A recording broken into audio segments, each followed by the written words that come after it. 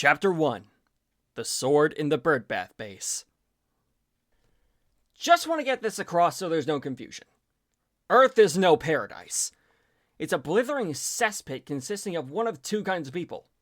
Morons who make life hell for everyone and everything else around them, and the rest of us that are trying to wade our way through the shit to find even a single piece of safety, peace, or whatever makes it worth going through it all. On top of that, you have those select few that somehow destabilize what's normal for other folks by complete accident while dealing with a host of other problems themselves because apparently even common sense is a myth nowadays. Believe me, I know what it's like. Because I absolutely belong in that third camp. Ironic, as it feels like I hardly fit in anywhere. I mean, at this time in my life, I'm fresh out of college, and I've lived more than I should be able to. Oh, yeah, I should probably get myself introduced. Name's Steve. Aforementioned college graduate, at least by the skin of my teeth, student loans be damned. A close enough nerd, artist of decent enough skill, and a mess of other things that kind of leave someone like me high and dry. When not in a shitty part-time job that I honestly try to make the best of, I just do what I can to keep myself from going stir-crazy, or to make sure the eldritch horror in the form of neurospicy chemicals in my brain don't drive me into a paralytic state of overwhelmed indecision. As to what I mean by hardly fitting in anywhere, I've kind of felt like the black sheep in a good amount of spaces, be it around friends, at least the close proximity ones, or family. That aside, this story isn't about that last bit. Well, kinda. It actually starts around, I'd say, an afternoon in the summer months. I was taking out some of the recycling, sifting through simple discardables and materials to make props with. Once I figured I was done, I was about to head back inside when something caught my attention out of the corner of my eye. A rusted-over broadsword that was set in the middle of my backyard. More specifically, it was stuck in a stone slab where a birdbath should be.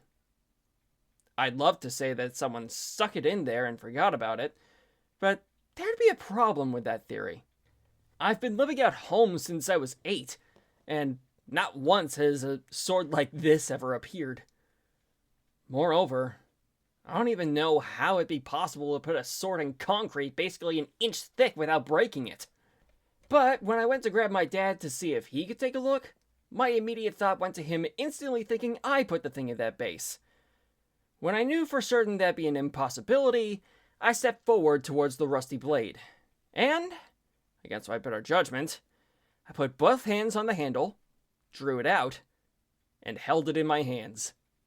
Surprisingly enough, it was light enough to hold in just my right hand, despite being a full metal sword the length of a branch found in the forest, as infested with rust as it was.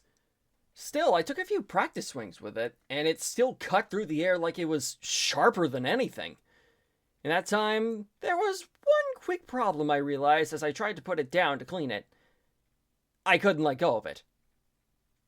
Now, when I say I couldn't let go of it, I don't mean that I didn't want to. I mean I quite literally was unable to take my hand off the handle. I tried prying my hand off from whatever direction I could. I tried dousing my hand in warm water. I even tried just straight yanking it off.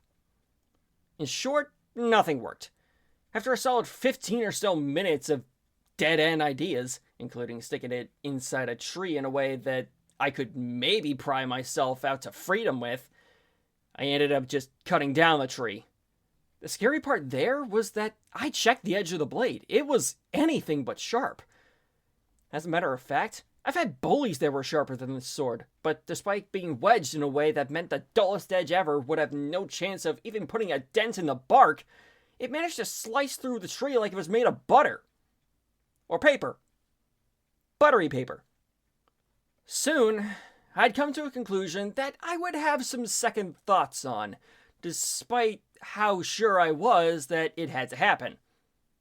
I needed to break the sword.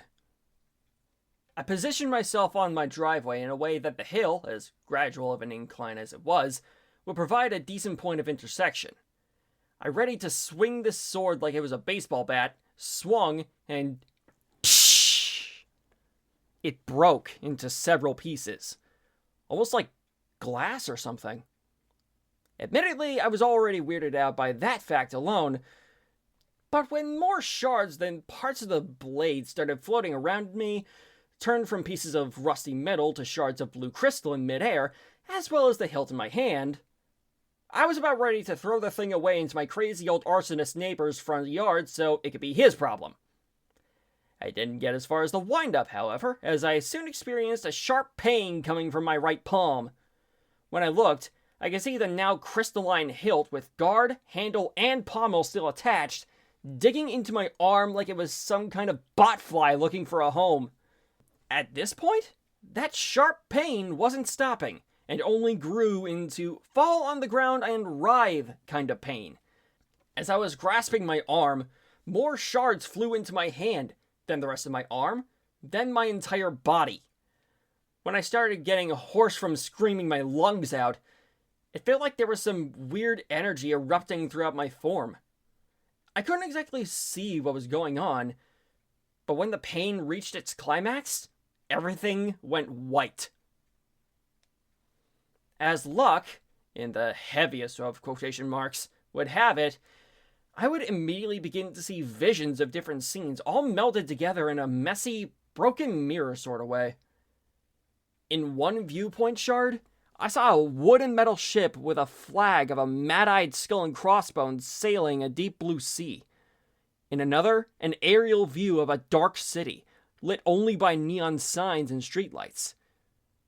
Point being, there were a lot of places I've never been that I could see. Although, there was something creeping up no matter where I turned. Voices. More than I had ever heard in my life, all being broadcast into my brain at once.